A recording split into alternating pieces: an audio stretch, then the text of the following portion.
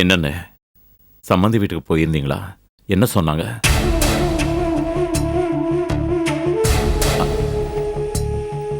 அண்ணே, நீங்க பேசாம இருக்கிறத பார்த்தா ஏதோ விபரீதம் நடந்திருக்குமோன்னு தோணுது. என்னண்ணே, என்ன ஆச்சுன்னு சொல்லுங்கண்ணே.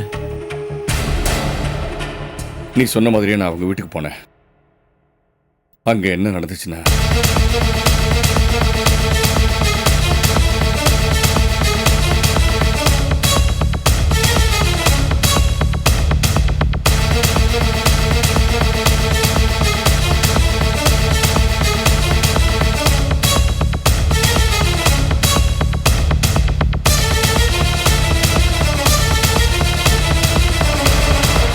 உன்னோட சம்பந்தி கணேசனுக்கு இந்த விஷயத்தை நான் அவர்கிட்ட சொல்றதுக்கு முன்னாடி வரைக்கும் அவருக்கு இது தெரியவே தெரியாது.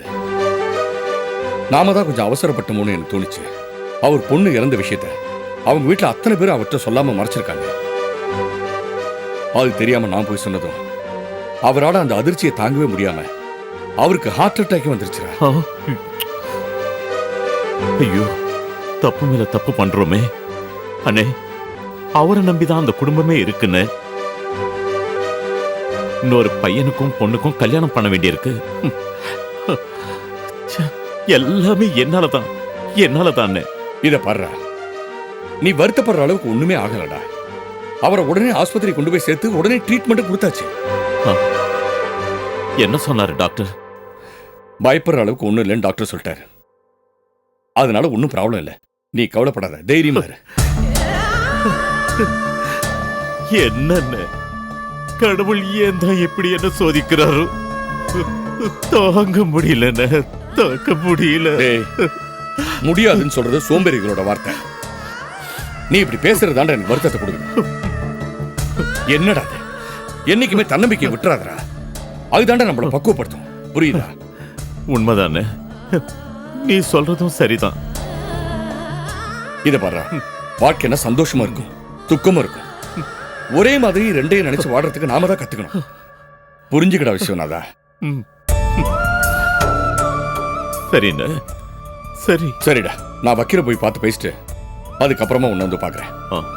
வரேன். தைரியமா இன்னும் ஒன்னும் ஆயில்ல. தைரியமா. சரிண்ணே.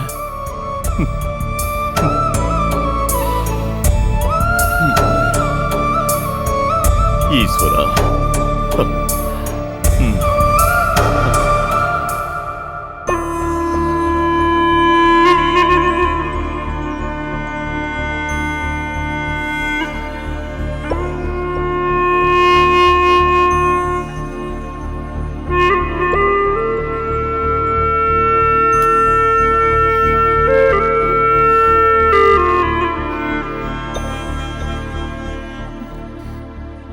என்ன பிரியா, ஆதியை மீட் பண்ணி பேசினியே, என்னாச்சு?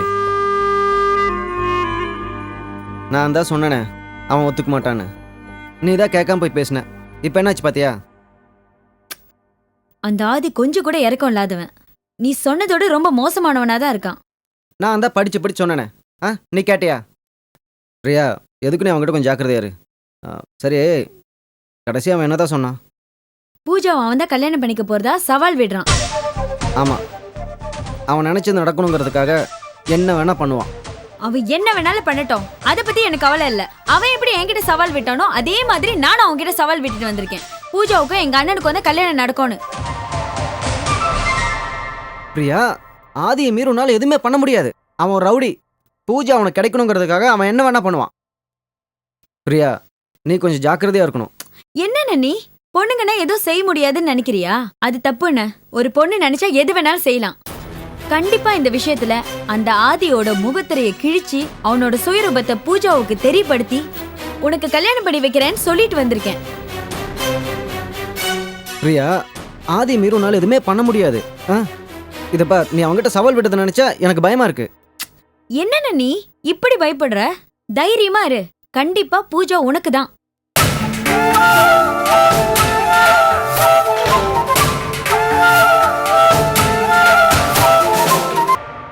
சொல்லுங்க சார். ஆமாம் சார்.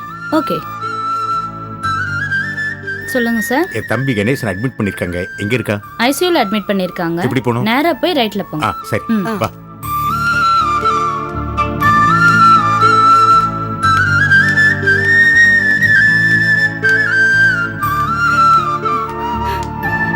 லக்ஷ்மி என்னாச்சு?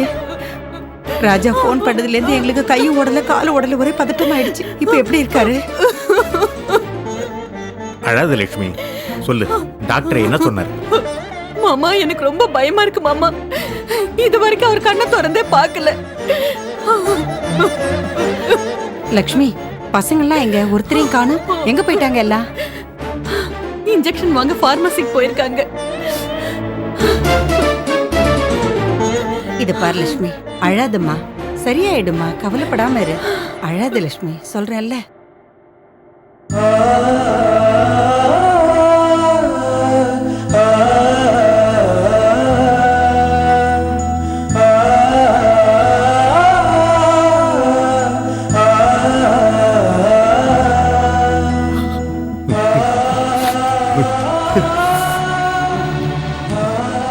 லட்சுமி, நல்லா சொல்றேன் இல்லம்மா, தைரியமா இருமா.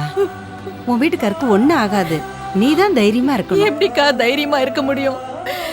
இன்னும் அவர் கண்ணை திறந்தே பார்க்கலையே. அப்புறம் என்னால எப்படிக்கா தைரியமா இருக்க முடியும் சொல்லுங்கக்கா. லட்சுமி, யாரும்மா இந்த விஷயத்தை கணேசன் கிட்ட சொன்னது? எப்படி கணேசனுக்கு தெரிஞ்சது? அவருக்கு இந்த விஷயம் தெரிஞ்சா அவரால தாங்க முடியாதுன்னு தான் மாமா நாங்க மறைச்சு வச்சிருந்தோம். ஆனா அந்த விஸ்வநாதனோட அண்ணன் வந்து எல்லாத்தையும் கெடுத்துட்டாரு. பண்றதையும் பண்ணிட்டு அவங்க பண்ணதை நியாயப்படுத்தணும்னு வந்து இப்படி என் புருஷனை பெட்ல கொண்டு வந்து போட்டுட்டாங்களேக்கா. எனக்கு ஏதாவது ஒண்ணுன்னா அவர் தான் தைரியம் சொல்லுவாரு. எனக்கு யார் மாமா இனிமே தைரியம் சொல்லுவாங்க? இது பாருமா, பயப்படாத லட்சுமி. உன் புருஷனுக்கு ஒண்ணு ஆகாது. மனசை போட்டு குழப்பிக்காத. சீக்கிரமா குணமாயிடுவாரு. இல்லக்கா, டாக்டருங்கெல்லாம் இன்னும் சீரியஸா தான் இருக்காருன்னு சொல்றாங்க. அதான் எனக்கு ரொம்ப பயமா இருக்குக்கா. இந்த பாருமா லட்சுமி, டாக்டருங்க அப்படித்தான் சொல்லுவாங்க. அவங்க சொல்ற எதையும் நீ மனசுல வச்சுக்காத, தைரியமா இரு. கணேசனுக்கு ஒண்ணாயிடாது. கணேசனுக்கு ஒண்ணாயிடுது. இப்ப நான் என்னக்கா பண்ணுவேன்? எனக்கு தைரியம் சொல்லி ஆறுதலா இருந்தவர் இப்படி வந்து படுத்திருக்காரே, நான் எப்படிக்கா தைரியமா இருக்க முடியும்? அழாதம்மா லட்சுமி. அவருக்கு ஏதாவது ஆயிடுச்சுன்னா நான் உயிரோடவே இருக்க மாட்டேன்க்கா. அதெல்லாம் ஒண்ணு ஆகாதம்மா, நீ தைரியமா இருமா.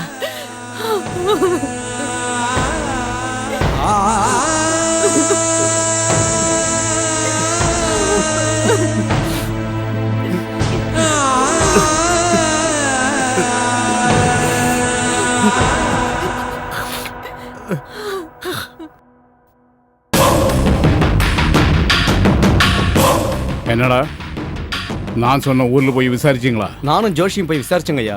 அவனுக்கு அப்பா அம்மா யாருமே கிடையாதுங்க ஐயா. ஆதிக்கு ஒரே ஒரு மாமா தான் இருக்காரு. அவரும் பெருசா ஒன்றும் இல்லை, விவசாயம் தான் பார்த்துட்டு இருக்காரு. ஆதியோட குடும்பத்துல அவன் மாமாவை தவிர வேற யாருமே இல்லையா? ஆதி சின்ன பையனா இருக்கும்போதே அவங்க அப்பா அம்மாலாம் இறந்துட்டாங்க ஐயா. அவனோட மாமா தான் அவனை வளர்த்து படிக்க வச்சிருக்காருங்க ஐயா. அவன் மாமனை வச்சு என்னங்கய்யா பண்ண முடியும்? அதுவும் அவன் மாமனை பிரிஞ்சு வந்து ரொம்ப நாள் ஆச்சு. இதுல இருந்து ஒரு விஷயம் புரியுது. என்னடா புரியுது? அவன் மாமன் மேல அவனுக்கு பாசம் இருந்திருந்தா அடிக்கடி போய் பார்த்திருப்பான். பாசம் இல்லாதனாலதான் ஊர் பக்கம் தலை வச்சே படுக்கிறது இல்ல. அப்படியெல்லாம் இருக்காதடா. அவன் பண்ற திருட்டுத்தனம் ஊருக்கு தெரியாம இருக்கத்தான் அவன் ஊர் பக்கமே போகாம இருக்கான். இப்ப என்னங்கய்யா பண்றது? அவனை எப்படிங்கய்யா நம்ம வழிக்கு கொண்டு வரது? சொல்றேன், மனுஷனா பிறந்தா எது மேலேயாவது அவனுக்கு ஆசை இருக்கும். அதுதான் வீக்னஸ் பாயிண்ட். அதே மாதிரி ஆதியோட வீக்னஸ் பாயிண்ட் எதுன்னு கண்டுபிடிங்க. சரிங்க ஐயா. வீக்னஸ் பாயிண்ட் எதுன்னு தெரிஞ்சுக்கிட்டு என்கிட்ட வந்து சொல்லுங்க. அப்புறம் அவனை என்ன பாடுபடுத்துறன்னு பாரு. அந்த ஆதி என் காலடியில் விழுந்து கதறணும். அது மாதிரி பண்றேன். அவன் கதறலை பார்த்து நான் சிரிக்கணும், சிரிக்கணும், சிரிக்கணும், சிரிக்கணும். அப்ப தெரியும்டா இந்த ராமராஜன் யாருன்னு. இப்பவே அவனை பத்தின வீக்னஸ் பாயிண்ட கண்டுபிடிக்கிறங்க ஐயா. வர்றங்க ஐயா, வரங்க ஐயா.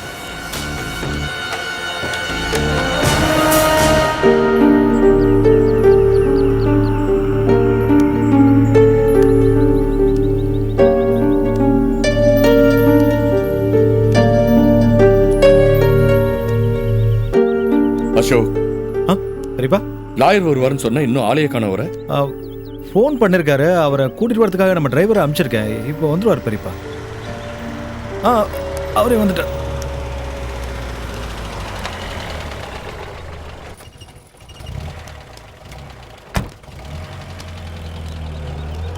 வணக்கம். வணக்கம் அசோக். வாங்க சார், வாங்க. உட்காருங்க ப்ளீஸ். தேங்க்யூ. பை த வே, இவர் எங்க பெரியப்பா. அப்படியா? வணக்கம் வணக்கம் சார். ரொம்ப நாள் ஃபாரின்ல இருந்தாரு, இப்பதான் வந்திருக்காரு. என்ன சார், இந்த கேஸ்ல இருந்து அப்பாவை எப்படி நிரபராதின்னு வெளியே கொண்டு வருது? இந்த கேஸ் விஷயமா போலீஸ் கமிஷனர் கிட்டையும் இந்த கேஸை அட்டன் பண்ற ஏசிபி மாலா கிட்டையும் நான் பேசினேன்.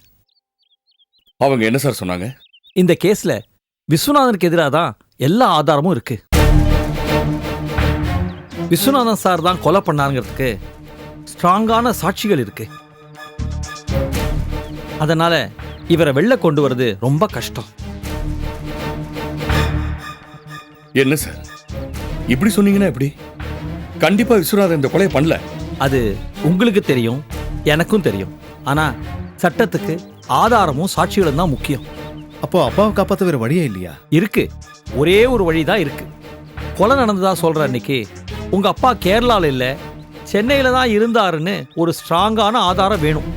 ஏன்னா உங்க அப்பா குற்றவாளிங்கிறதுக்கு அவர் கேரளால போய் தங்கி இருந்ததும் ஃப்ளைட்ல போய் வந்ததும் ஆதாரங்களா இருக்கு. எல்லாத்துக்கும் மேல கொலை நடந்த இடத்திலிருந்து உங்க அப்பாவோட துப்பாக்கியை போலீசார் கைப்பற்றியிருக்காங்க.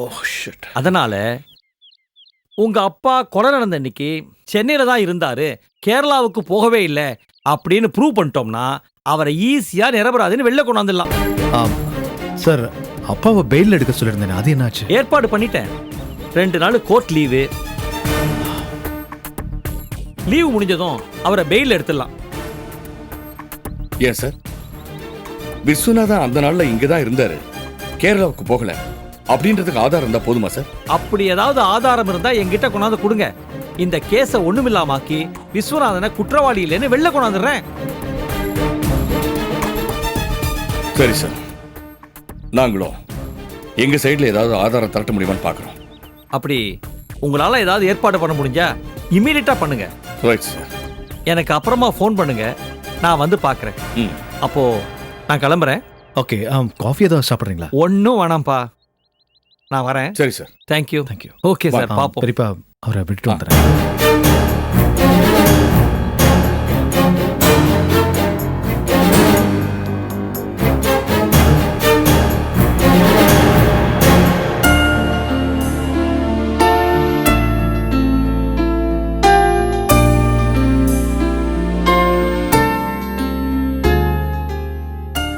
இந்த வீட்டுல ஒரு பொருளை ஒரு இடத்துல வச்சா அந்த இடத்துல அது இருக்கிறது இல்ல, எங்கேயாவது தூக்கி போட்டுறாங்கப்பா.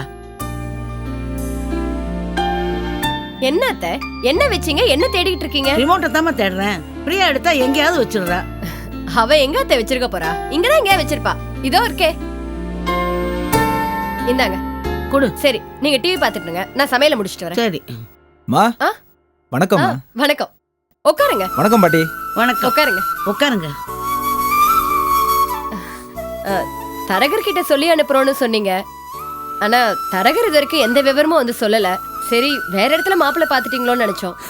அதெல்லாம் ஒண்ணும் இல்லைங்க, கல்யாண விஷயம் கொஞ்சம் யோசிச்சு தானே முடிவு பண்ணோம். ஆமாமா, நீங்க சொல்றது 100க்கு 100 உண்மை. சரிங்க, உங்க மக மும்பைல இருந்து வந்துட்டாரா? இன்னும் வரல. அநேகமா இன்னும் 2 நாள்ல வந்துருவேன்னு ஃபோன் பண்ணா. ஆமா, நீங்க கல்யாணத்தை பத்தி என்ன முடிவு எடுத்திருக்கீங்க? நல்ல முடிவு தான். எங்க அம்மாவுக்கு உங்க சம்பந்தம் ரொம்ப பிடிச்சிருக்குன்னு சொன்னாங்க, அதை சொல்லிட்டு போலான்னு தான் வந்தேன். என் மகன் வினோத்த உங்க தங்கச்சி தேவிக்கு பிடிச்சிருக்கான்னு கேட்டீங்களா? அவ சின்ன பொண்ணு, அவ என்னங்க சம்மந்தம் சொல்றது? பெரியவங்க நாம பார்த்து முடிவு பண்ணா போதுமே. அதுக்கு இல்லப்பா, இந்த வீட்டுல வாழ போறவ தேவி, அவ சம்மதம் சொன்னா தானே இந்த கல்யாணத்தை நடத்த முடியும். நாங்க எடுக்கிற முடிவுக்கு என் தங்கச்சி தேவி எப்பவும் மறுப்பு சொல்ல மாட்டாங்க. அவளுக்கு பிடிச்சிருக்கு. மாப்பிள்ளைய ஒரு தடவை நேர்ல பார்த்தா சௌரியமா இருக்கும்னு நாங்க நினைக்கிறோம்.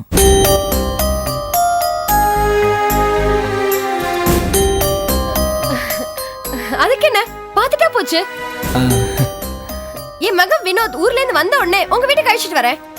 சரிங்க, அப்ப நான் கிளம்புறேன். இருங்க, சாப்பிட்டுட்டு போலாம். பரவாயில்லைங்க, வரும்போது தான் சாப்பிட்டு வந்தேன். எங்களுக்கு சம்மதம்னு சொல்லிட்டு போக தான் வந்தேன். நிச்சயம் எப்போ வச்சுக்கலான்னு ஜோசியரை கேட்டு வரேன். ம் வரட்டுங்களா? வரேன் பாட்டி. வாங்க. வாங்க.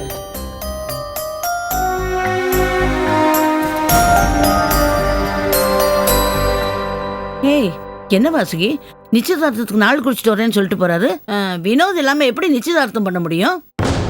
அவன் இல்லாம நிச்சயதார்த்தத்தை நடத்தி தான் ஆகணும் அத்தை. நடத்தி காட்டுறேன்.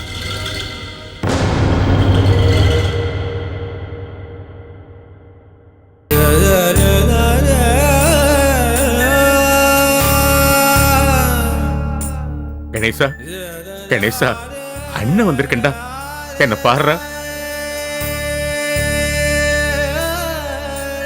வாய்க்கு வாய் அண்ணன் அண்ணன் கூப்பிடுவிடா, கூப்பிடுறா, அண்ணன் கூப்பிடுறா. என்னங்க, உங்க அண்ணன் வந்திருக்கார் பாருங்க, கண்ணை திறந்து பாருங்களேன். லக்ஷ்மி, தைரியமா இரு, உன் புருஷனுக்கு ஒண்ணு ஆகாது, நாங்கெல்லாம் இருக்கோம்ல. டேய் கணேசா, யாருக்கு எந்த தீங்கு நினைக்காத உனக்கடா இப்படி ஒரு நிலைமை? ஆண்டவருக்கு கண் இல்லையா, ஈவிரக்கம் இல்லையா? கணேசா, அண்ணன் வந்திருக்கேன்டா. கணேசா பாரு, அண்ணன் வந்திருக்கேன்.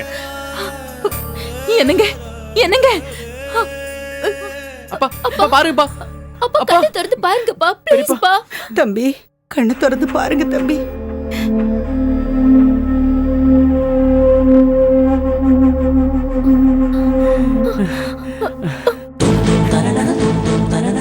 சாந்தி, சாந்தி. கணேசா, கணேசா, தைரியமா இரு, தைரியமா இரு, யாருக்கு எதுவும் ஆகல, தைரியமா இரு. சாந்தி, சாந்தி. என்னங்க, மனசு போட்டு குழப்பிக்காதீங்க, எங்களை பாருங்க. சாந்தி, என்னங்க, ஐயோ, என்னங்க, அப்பா டாக்டர் கூப்பிடுப்பா. பாருப்பா. ஏய், சீக்கிரம் போய் டாக்டர் கூட்டிட்டு வா. என்னங்க, என்னங்க, இங்க பாருங்க. கணேசா, இவங்களுடைய ரிப்போர்ட் வந்துச்சா? அப்பா கண்முழிச்சு பார்த்தாரு, ஆனா திரும்ப மயக்க மாட்டார். வாங்க டாக்டர். நீங்க அதை பாத்துங்க, வாங்க. என்னங்க, என்னங்க, எதுக்கு இவ்வளவு கூட்டமா நிக்கிறீங்க? எல்லாரும் வெளியில போய் வெயிட் பண்ணுங்க, போங்க. டாக்டர், அவர்